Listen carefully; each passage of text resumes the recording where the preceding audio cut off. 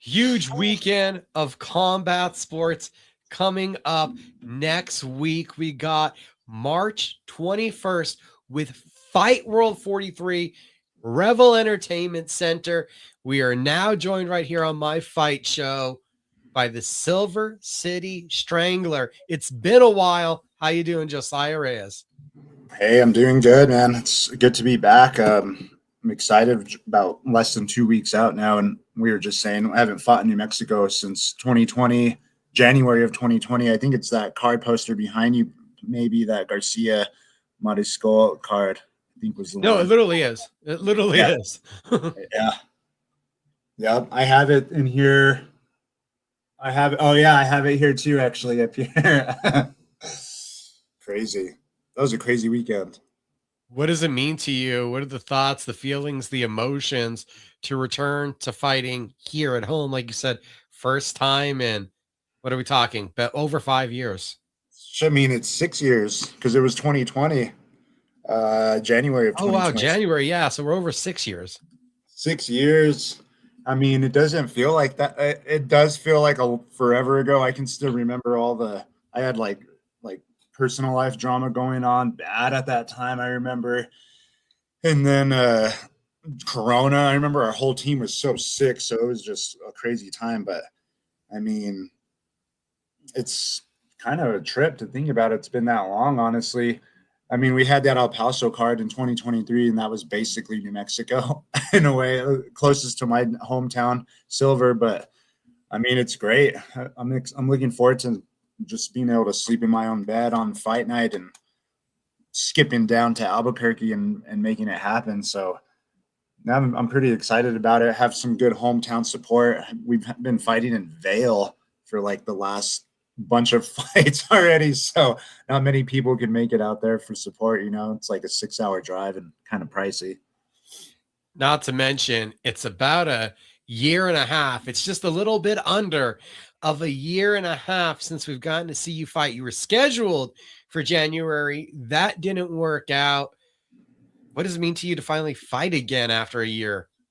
I mean, man, it's been a long time. It's crazy how just time just it just goes so fast, and you're training, and then things come up, life, you know, life comes up. And I mean, yeah, I'm I just turned 38, so I'm 38 now, which is crazy. I feel good. Like I've been getting healthier and healthier and healthier and stronger, even though you get older and I guess your organs or the thing that age, like your what are your vital organs that age.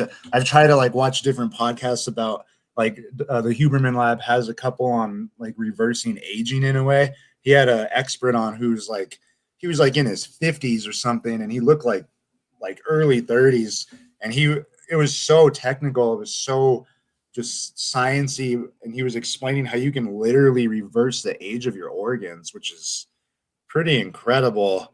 And I think that was with mostly just like natural protocols and stuff. But anyway, I mean, I feel good. I feel like better than I've ever felt. Just more experienced, also, of course, but just physically, I feel really, really good. So age is just a number. I mean, well, the recovery is probably the place that you feel it the most. The recovery time probably is a little slower, but I mean, man, the human body is crazy. You can do so much to kind of just supplement recovery, supplement strength and conditioning.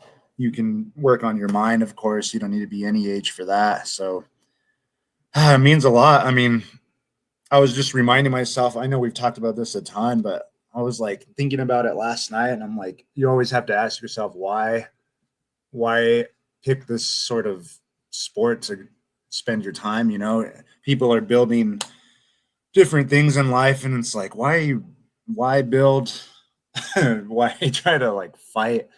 And even watching UFC fights, I was watching them on Saturday, just like chilling, laying down, and like, man, people are like doing different things in life right now, and I'm like set on watching these fights no matter what. And it's just such a strange sport to see these guys just freaking scrapping, and you would like have to watch it. So I just I reminded myself like I love this. I always loved having action figures and having them freaking fight, and just since childhood, even though I never trained all my childhood, I always just was fascinated by it. And Wait, so that childhood, were those Ninja Turtles? Were those Power Rangers? Which ones were your action figures? the Spider-Man action figures, I had like Mysterio, I had Prowler, Venom, of course. I had like a couple of the different Spider-Man, and then even Legos. I'd have my Legos just freaking like scrapping and fighting so much. Like all my whole childhood, I remember. And then of course playing like Street Fighter, and we didn't really have Mortal Kombat, but we had Street Fighter for like Sega and PlayStation 1. And it's so weird to like be an adult now and like think back to those characters, and you see him just like, or like how Sagat's like in his Thai stance, and then Zangief has got like his wrestling, and like you don't even know that as a kid, but now, or Balrog with his freaking boxing, and then now looking back, I'm like, wow, like that really did like influence me a lot, because I'd watch that and play it and be like, this is so cool. Like, look at how awesome. Or oh, we had this game for PlayStation. I don't remember what the I can't remember what the it's gonna drive me crazy. It was such a cool fighting game. Can't Was it remember in that same vein of one-on-one? Yeah, it was a platform fighting game, and it was one of the first ones where you could start to like circle. Soul Calibur? No, not Soul Calibur, Tekken? not Tekken. Oh, those were the two I was big into. Oh yeah, I'm running low.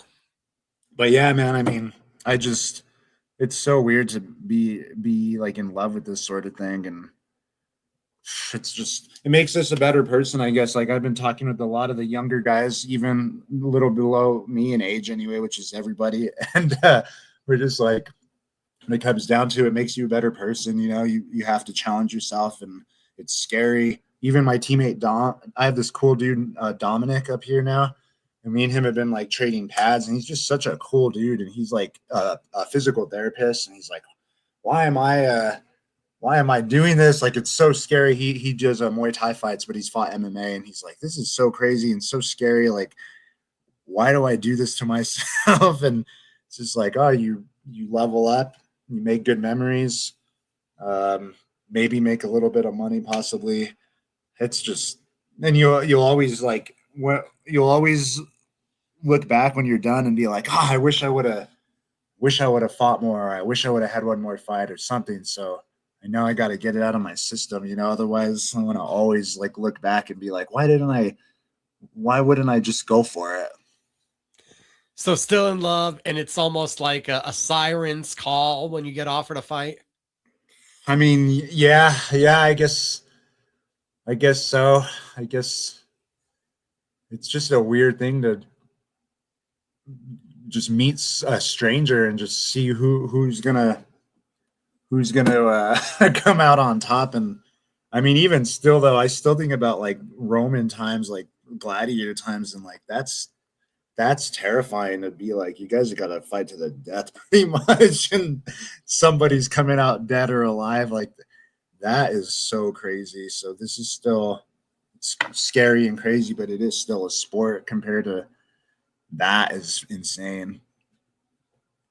Alan Corral is going to be Corral. Sorry, guys, I can't roll my R's right now. Corral is going to be the opponent. I'm going to get it by like the fifth time I say it. I'll just. That was a good one. You got it. Thank you. Thank you. At Fightworld, he's 1-0, guillotine win, one fight a while ago. Do you have any reference, any idea of what the challenge in front of you is going to look like? Yeah, I mean, I know he'll have that Mexican tenacity, you know, that Mexican dog, that fire. I know they train hard, you know, those guys, and I'm expecting just like a tough dog, basically, just a lot of heart and just tenacity and fire, and probably even maybe some aggression and just explosiveness. It's interesting to kind of not have a lot of information and just kind of it's like you meetings. It's almost like you like the ultimate self-defense situation where you meet somebody on the street all of a sudden and you're freaking fighting. Like it almost kind of feels like that, which I kind of like because it's like a good test. Like, you're not doing a lot of like film study and you don't have like all this information or background on this person. You're just like meeting them and like, oh shit, here we go. So I kind of, it's like a new, nice different element to experience. He has a lot of opportunity though to study you. Most of your fights have been on UFC Fight Pass. Yeah, that is interesting. He's got a lot of things to look at. So I mean, and I kind of had this situation even with Gruele. You remember Luis Gruele? I got caught with that knee in Vail, and it was kind of a similar thing, but it was still different because we knew he was like a wrestler in college, so that was like this kind of like overarching thing that was part of the camp. Like, oh, he's gonna wrestle you. He's gonna take you down, and he's a good wrestler. He's a good wrestler. And then we planned for that the whole camp, and I got caught in the clinch with that knee, which is crazy because he's pretty short. And I talked to him backstage, and he's like, "We never even wanted to wrestle you and go to the ground with you. Actually, we just wanted to strike." So it was like, oh man, sometimes information can be like somewhat of a detriment, even. You've had 6 professional fights. We're talking about 7 years. Does that hit you at any point yet? Yeah, I've been telling people about that. They're like, "How long are you fighting?" And I'm like, "Man, it's already since my MMA, since my amateur debut. It was already that was in 2017. So, but yeah, my pro debut was 2019 with Tafoya. So yeah, I mean, I've been getting all these. You know how Instagram and Facebook do the memories of like a year ago, 5 years ago, 7 years ago, Snapchat memories 7 years ago, and I get all these memories of like just all the guys. You got I got Vanilla Gorilla memories from a million years ago when I first started. He was the one that was there, him and Angelo, and I like took his phone on accident because we had the same phone. But I got like Jerome, Angelo, Josh, like all these memories over the years, and man, I can't even believe how time is just flown. It's so weird how you just learn. There's like just so much to learn constantly. Muay Thai and wrestling, MMA, jiu-jitsu. They even got a Nathan Carnage Corbett's been going to Kingdom lately, which is the craziest thing because I've been like a huge fan of his for a while for his elbows. So I got to meet him again at Kingdom a couple months ago. So it's just been such a crazy journey. I've always kind of thought, I mean, I'm not that old, but I feel like 10 years is a kind of like a cool amount of time to kind of like invest in anything, like a 10-year grouping of time. So I'm coming up on my 10-year time sometime soon. So I don't know. I feel like 10 years is a cool little chunk of time. 10 years in the game, over a year since the last time we fought. How much different of a martial arts do you feel like you've become in that year with this time, with this new grouping around you, with all these experiences you've had? That's a good question. I mean, I've always just had an open mind, so I'm always open to anything. Like even a white belt brings or a kid brings a move in kids class or anything. I'm always interested. Like, well, let's try it out. Even some of the kids that I teach for private lessons, they'll be like, "What if you grab this and do this?" And I'm like, let's try it and see. So I'm always like open to try things, and I just love learning, honestly. And I guess I probably picked up things without even really noticing. I've been teaching our Muay Thai class up here at GB Santa Fe, so that's been like a new kind of. I did it a long time ago, but now I kind of got a little bit of a better structure on how I'm taking them through things, just like a lot of fundamentals and basics. Probably gotten a little more into boxing recently than maybe I ever have. It's not a ton still, but like, I don't know if you saw Angelo had a boxing match like back in November, my professor Angelo, and Jerome. So kind of like got into that world a little bit for a bit, and then they're doing it again. Jerome's doing it again pretty soon too. So we got kind of that sort of energy going on up here in Santa Fe. Well, at our Gracie Baja Santa Fe. So I guess just picking little different roads for the martial arts, because we went heavy on wrestling for a while because Gruele, Burkholder, yeah, those two. And then even we thought Tafoya was going to shoot, which he didn't, but that was forever ago. But yeah, we had a lot of wrestlers, so tons and tons and tons and tons of wrestling stuff. But now we're kind of going down boxing rabbit holes and Muay Thai rabbit holes, and I don't know, man. I'm always open and eager to learn new stuff. 10 years in the game. It sounds like it's still the same love, the same passion. Yeah, I would say so. I do love, I guess one way I've changed is I've been getting better at teaching the kids classes, because man, the 4 to 7-year-old classes, it's just different, and it's hard because they need a lot of attention, and they want a lot of attention too, even like just, I don't, who knows what their home lives are like, and a lot of them I think just want to like be like seen and have like good attention from somebody sometimes. And I've been really working on making that class more fun for those kids and just better for them, like trying to get them in good shape and trying to get them confident. So that's been a huge new development, I guess. And same for the Muay Thai class. I got all these new people coming into this Muay Thai class, and it's scary when you come into a striking class because you don't know if you're going to get like freaking attacked by somebody's in sparring. So I've been really making it a point to like, here's how we spar safely. We're not going to hurt each other, beat each other up. Got to make it fun and keep it technical. So I guess those have been kind of new.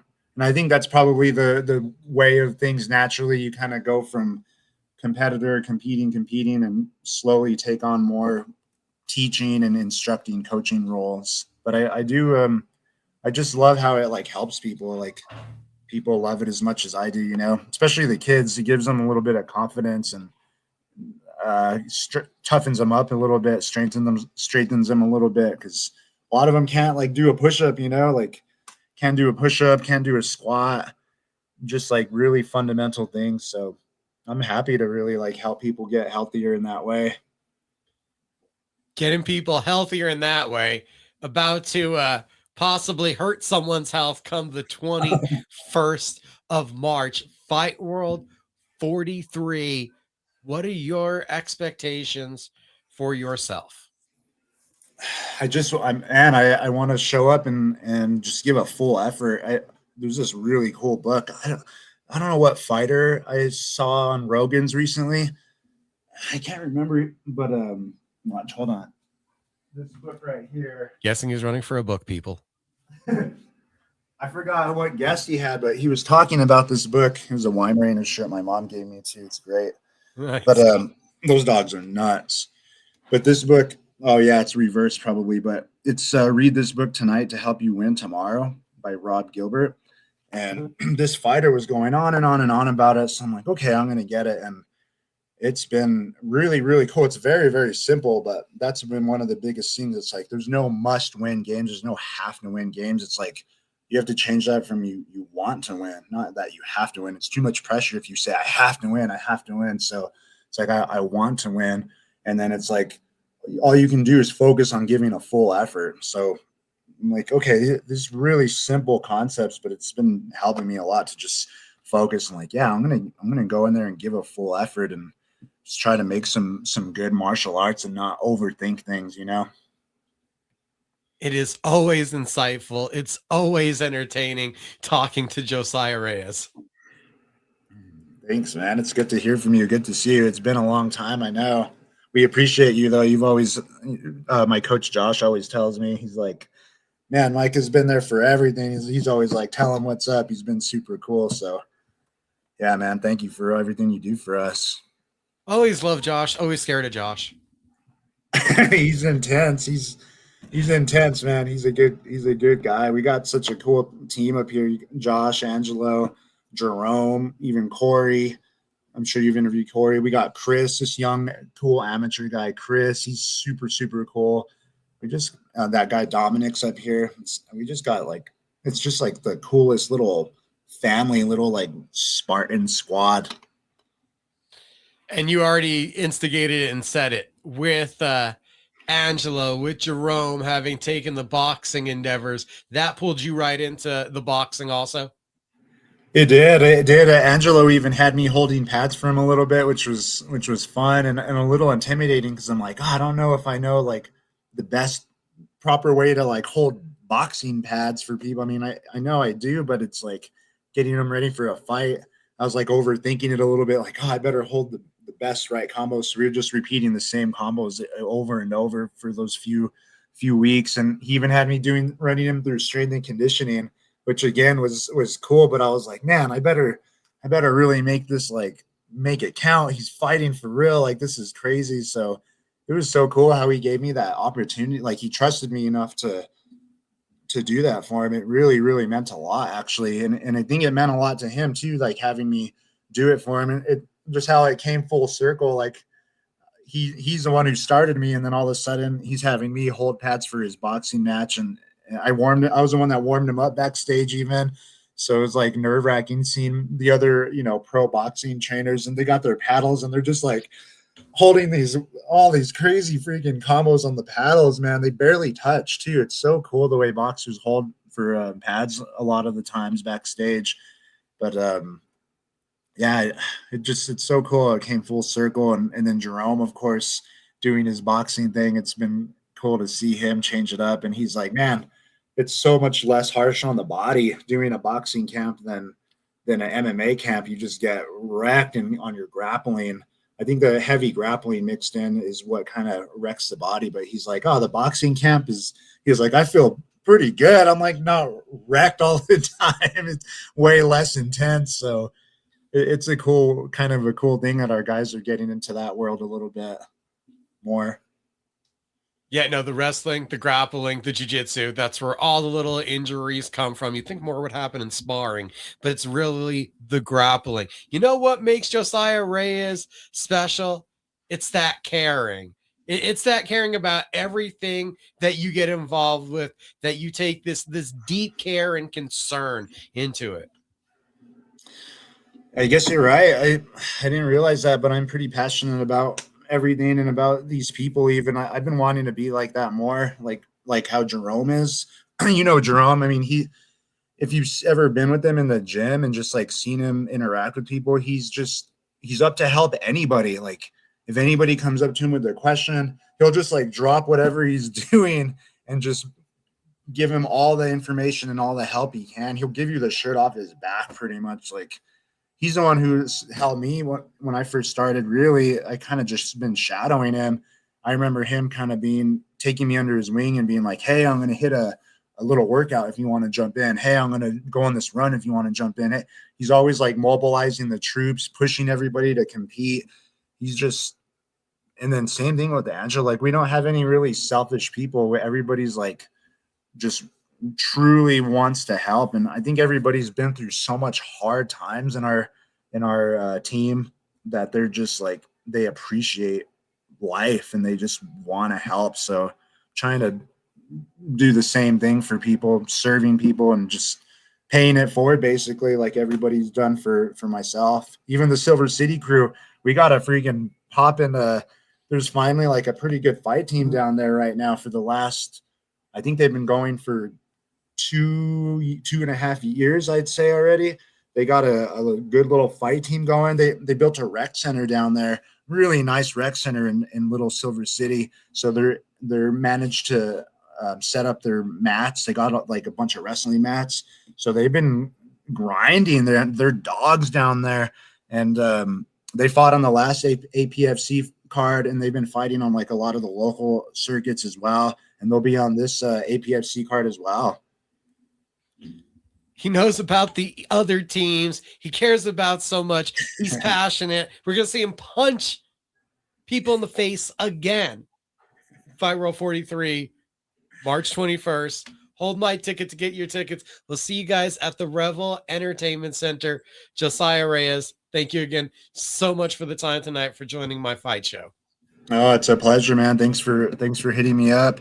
Thanks to John Judy for setting up this cool event. I've been looking forward to fighting at Revel. I've gone to a bunch of the shows, and I'm like, oh, when am I gonna try it out and hop onto one of these cards? So, big shout out to John Judy for making those happen, and for my coaches. Ray Borg's been pouring out his heart and soul for the local fighters. Man, that guy works his butt off. Like, I mean, he truly does it for the love of the game and for the love of the fighters, man. And so big shout out to Ray Borg and our professor Sergio at our school. Same thing. He just loves helping people. And Josh, Jerome, and Angela. I mean, gosh, even Luttrell's back too. Coach Luttrell's back. So I'm going to hopefully see him on Tuesday night. So yeah, much gratitude to all the coaches and all the promoters, and much gratitude to yourself as well, sir.